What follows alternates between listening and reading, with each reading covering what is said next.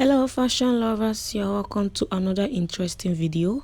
In today's tutorial we are going to be learning how to make this beautiful simple crop top with a V-shape bell sleeve, just like what you're seeing on the screen. So if it is something you want to learn, you need to keep watching this video.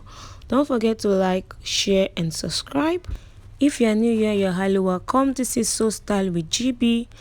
Kindly subscribe and be part of this family. And to all my subscribers, thank you for liking and sharing and commenting on my videos.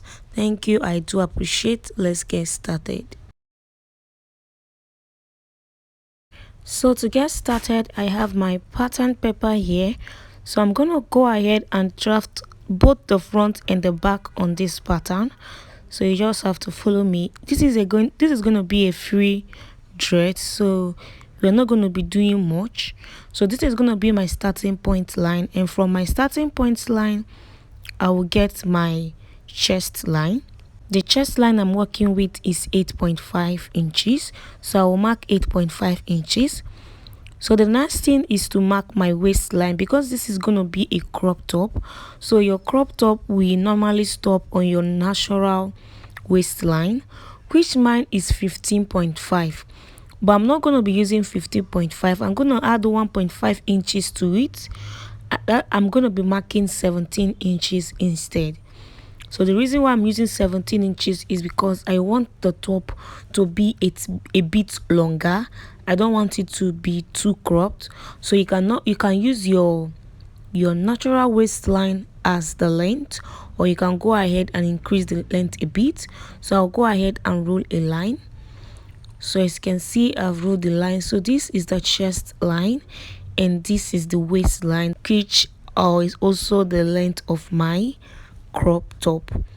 So on the starting point line, which is now the shoulder line, I'm gonna mark half of my shoulder measurement. On the chest line, I will also mark half of my shoulder measurement, and with a straight ruler I'm going to connect my armhole line. So after connecting the armhole line, I will first draft the back part. So I will mark 3 inches on my shoulder line as a guide. So, and I'm going to be taking 1 inch as the shoulder slope for the back part. So I'm trying to get the back part. So 1 inch for the shoulder slope of the back part and 1.5 inches for the shoulder slope of the front. So I came down by 1 inch. So I'm going to go ahead and connect my shoulder slope like this. So you want to go ahead and get the midpoint of your armhole, which is here, and then from there you want to go inward by 0.5 inch. So I'll go inward by 0.5 inch. Did you see 0.5 inch?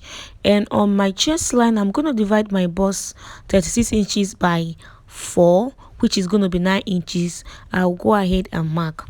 So this is a free dress, so I'm dividing all my measurement by 4. I am not doing the hip or bust allocation method on this dress. So you divide your hip your bust by 4 and mark on your chest line, and then you want to go up by 3 inches.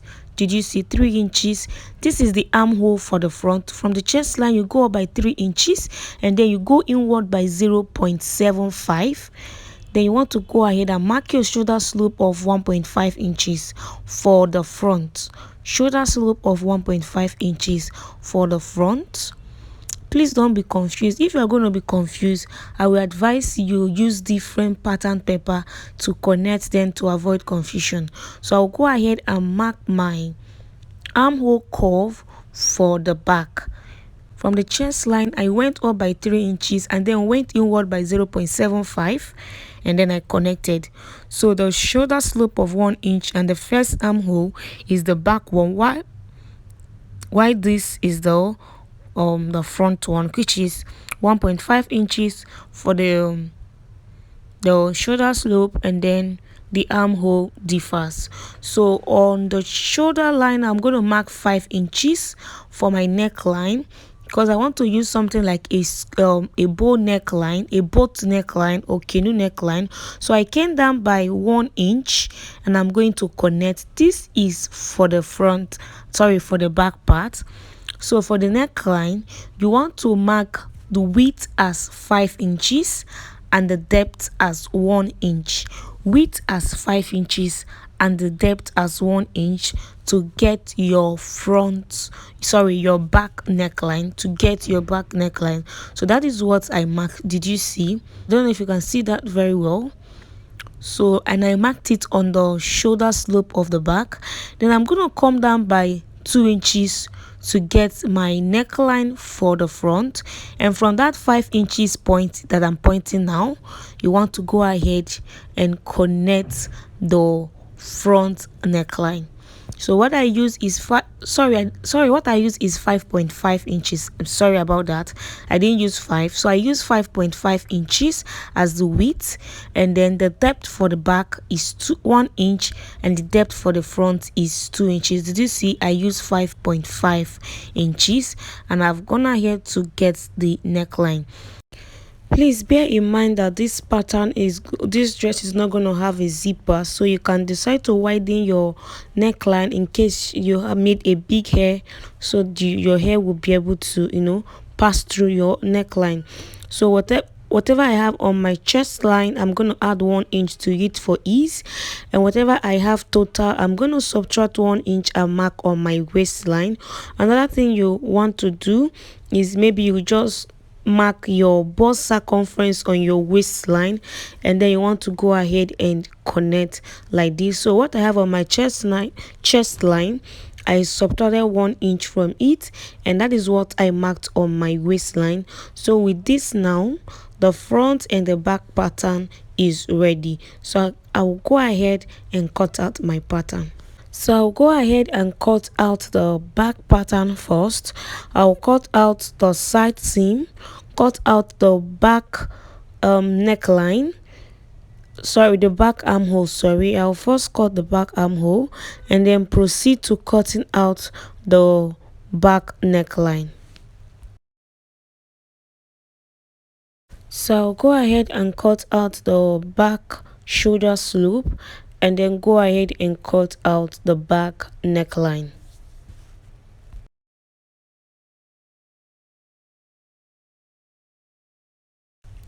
So after I was done cutting, this is what I have. I've cut out the back neckline, shoulder slope and the armhole. So I'm going to go ahead and place this on my fabric.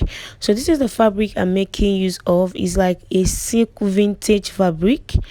So this fabric, I guess, is a vintage or maybe a chiffon fabric.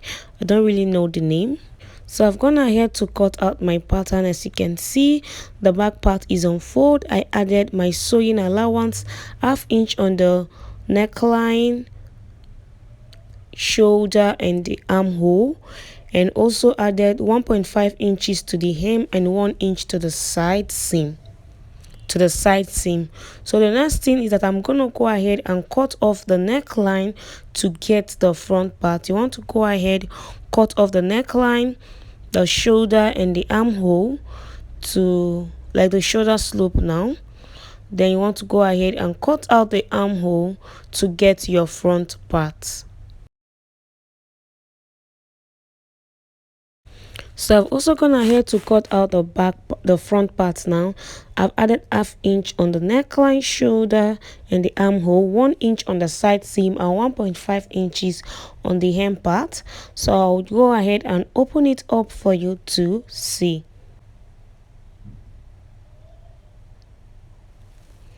So when you open it up, this is what you're going to have. Did you see that? This is what you're going to have. Then you want to open the back part as well. So you want to go ahead and match it up on the shoulder and the side seam, because we're going to be joining the two shoulders together. You want to join the two shoulders together and also sew the side seams as well. Let me just bring it for you to see. Join the two shoulders and then go ahead and sew your side seam by the seam allowance you have added. After we're done sewing, this is what I have. You can see I've sewn the shoulder, I've sewn the side seams. Did you see that? the shoulder and the side seams. So the next thing is for me to get a bias tape and so close up the neckline. You want to use the bias tape to close off the rough edge of the neckline. So I cut out a strip for me to use and do so. So when I was done, this is what I have gone ahead to use my bias tape to finish up my neckline, as you can see. And this is the down part. I've folded my 1.5 inches in, so I'll go ahead and attach either hemming gun or just go ahead and sew it. So I'll fold the hemming part of the dress so I can attach my hemming gun or just use my thread and sew it. So this is my fabric that I want to use for my sleeve. So I folded it the first time. I'll go ahead and fold it for the second time, having it as 4 fold. So I want to like cut out the two sleeves together. I want to cut it at once. That is why you see me fold this fabric into 4. So I folded it once and then went ahead to fold it again. You can see is in 4 folds. So the next thing is to grab your sleeve pattern. I have already made a video on how to draft the sleeve pattern, the sleeve pattern. I don't want to like go back again to making another sleeve pattern. I will leave the link for you in the description box. So I've gone ahead to pin my sleeve pattern, and it's now time for us to get the V shape of this skirt. So the sleeve pattern is, the length is 23 inches, which is my sleeve length. So from the down part here, I'm going to be extending it out by 7 inches, depending on how you want the bell sleeve to be. So I extended it out by 7 inches on the hem part, and then you want to like go ahead and connect like this. I'm sure you can't see it because of the chalk I use. So you also want to like come down by either 2 inches, 3 inches or 4 inches, depending on what you have from this part, and then you want to make that V shape. So for this part I used 4 inches, but I later like reshaping it because after sewing it the V was too much, so I kind of reshaping it. So if you're making yours, you can come down by 2 inches or 3 inches and then take it just the way you see me do, connect it back to the hem part. Then from this bicep line, this part, you want to come out by 1 inch, which is your sewing allowance, and then you want to like go ahead and mark it straight like this. Sorry, my chalk was not really showing the marking, so I will just go ahead and cut this out so you will see what I did. So I extended it out here by 1 inch, and from there I took it all down to the hem part, to this point now. Did you see? To this point now. And from here you want to like add ½ inch for your sleeve, and then you want to cut it diagonally like this. Did you see? So you can that extension there, you can come down by 2 inches, you can come down by 2.5 or 3 inches. So I used 4 inches, but I later reshaping it, like I cut it off, like I reshaping it when I was sewing it. So did you see? So this is what I have for that sleeve. You can see I used 4 inches, but when I was sewing it I went ahead to like reshaping that. But if you like the effect that you have when using your 4 inches, you can go ahead and use that. So this is what I have when I opened it up. So another thing you want to do, like you might want to like reshaping your sleeve, like coming to the elbow line to reshaping it. So like from this elbow line you can come out by 1 inch, and from the bicep line here, as you see, from this top here you want to reshaping the sleeve to get to the elbow sleeve, and from that elbow sleeve you can now take it to the down part or the hem part of this sleeve. This is if you don't want your flare to start from the bicep line, you want to start it from the elbow line. So it all depends. You can use the first method, or you can use this particular one. So I'll go ahead and reshaping the sleeve. So from the elbow, come out by 1 inch, connect from the bicep to the elbow and from the elbow to the down part. You can see how the sleeve now turns out to be. Did you see? So I've gone ahead to join my sleeve to the top, and I've also hemmed the down part of the sleeve, and this is the final result. Hope you like this video. If you have enjoyed this video so far, don't forget to give me a big thumbs up. Thank you for watching to this very point, and see you in my next video. Bye.